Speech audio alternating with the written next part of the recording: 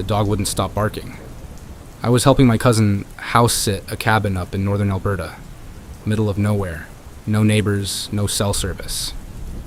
Closest town was an hour away, the kind of isolation that city people romanticize, but out there it feels different. He had gone into town for a job interview, and I volunteered to stay behind for the night. The dog, a big black lab named Tank, started growling around 11:30 p.m., not just barking at squirrels or raccoons. He was pacing near the window, hackles raised, tail stiff. He stared into the tree line, like something was out there, just beyond the reach of the porch light. I looked out, but saw nothing. Just pitch black woods, swaying in the wind.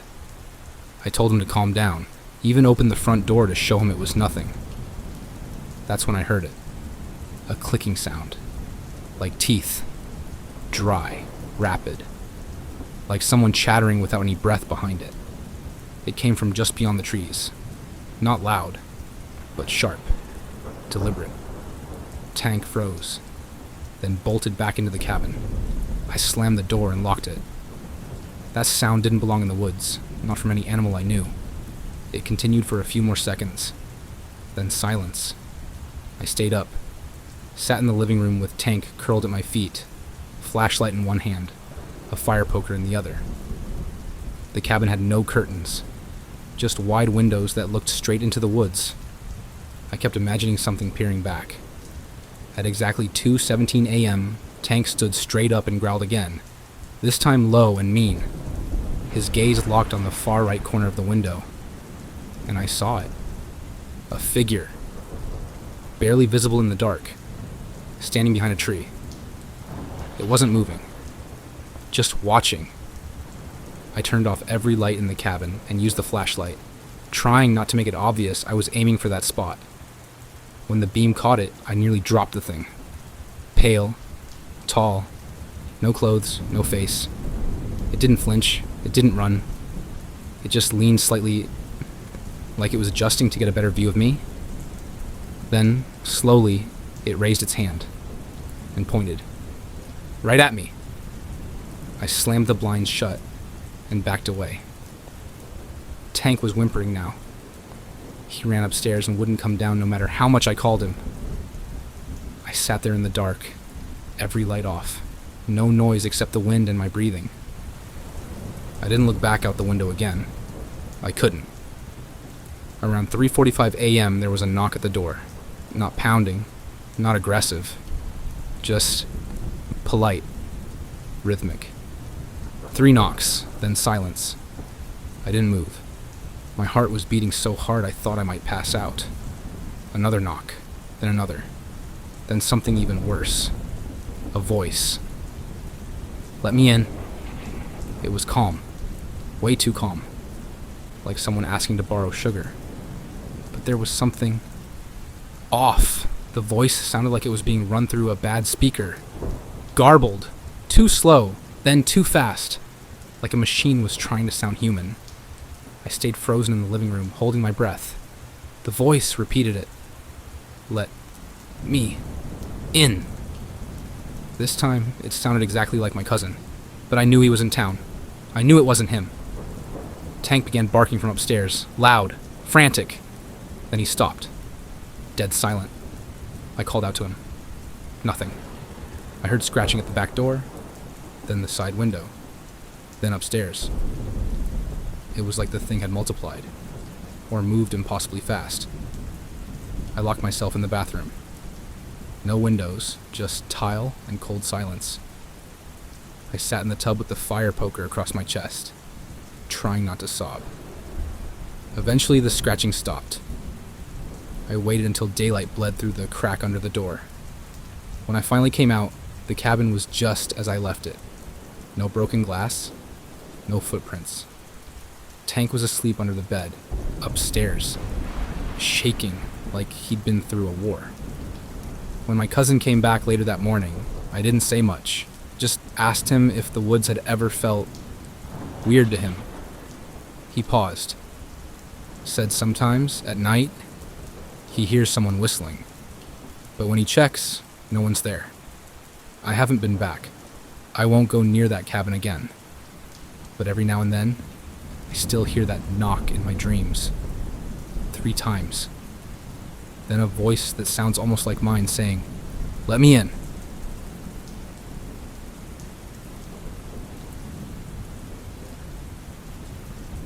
The lake, I mean. It's about 2 hours north of Prince George, hidden off an old logging road that hasn't seen traffic in years. I only found it because my uncle marked it on an old hunting map he left behind when he passed. It just said, "Don't camp here," in red ink. Naturally, I went.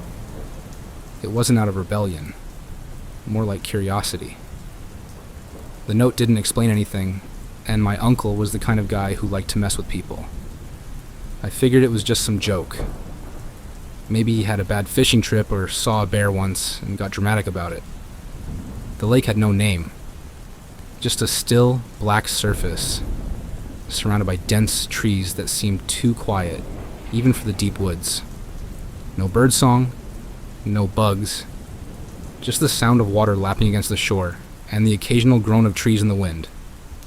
I set up camp near a clearing. Nothing fancy, just a tent, fire pit, and a small cooler. I had my fishing rod and a paperback novel. I was expecting peace.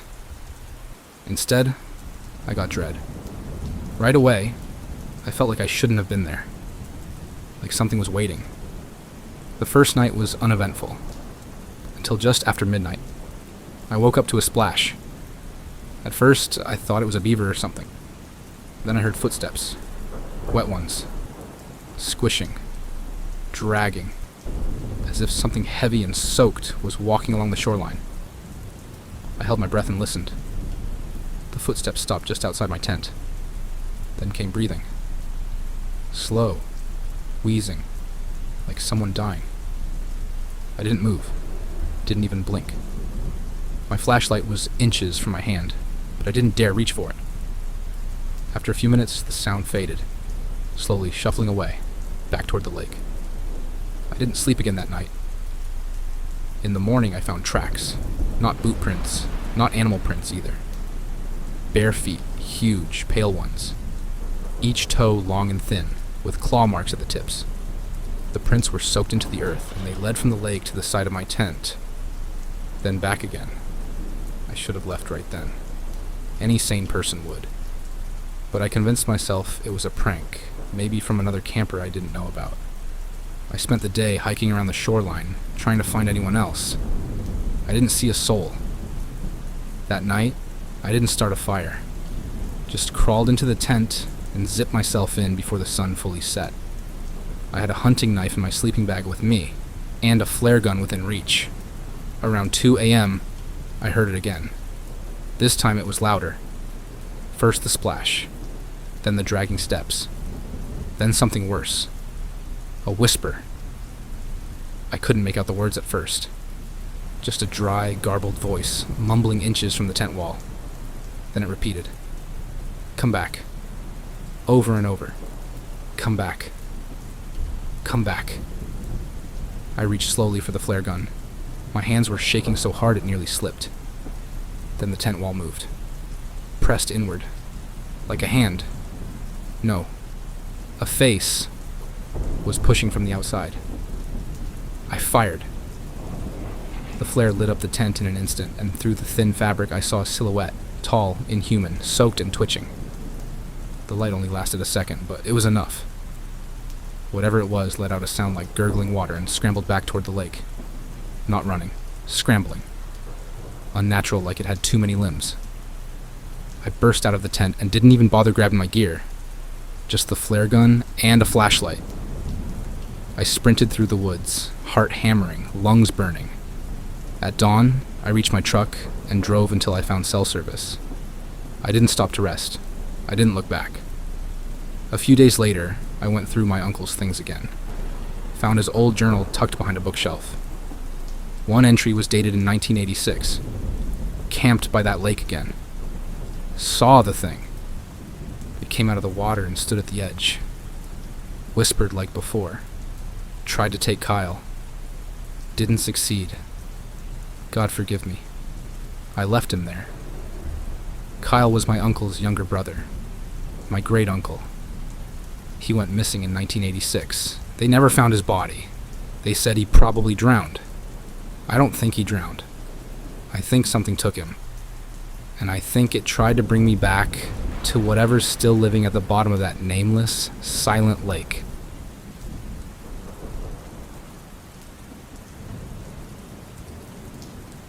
It started with that sound. A high, distant whistle, barely audible over the rustling pine needles beneath my boots. I was about 6 miles deep into the Rockies, second day of a solo backpacking trip. No cell service, no trails.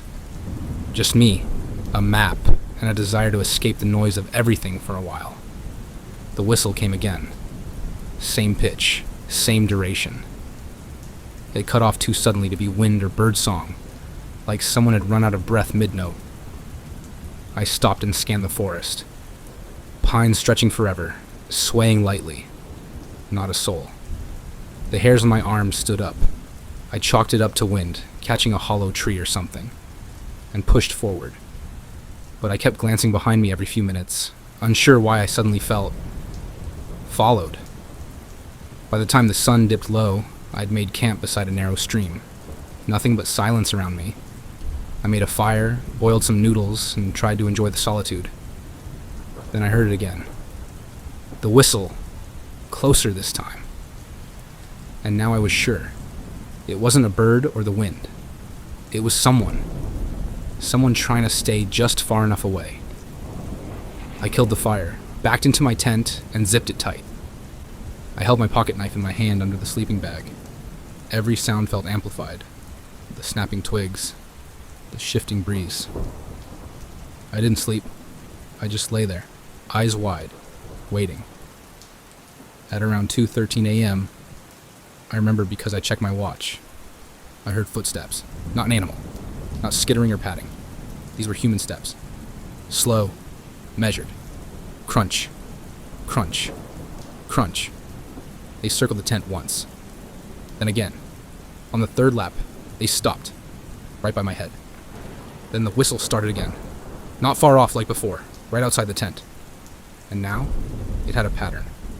3 seconds of whistling. 3 seconds of silence. Repeat.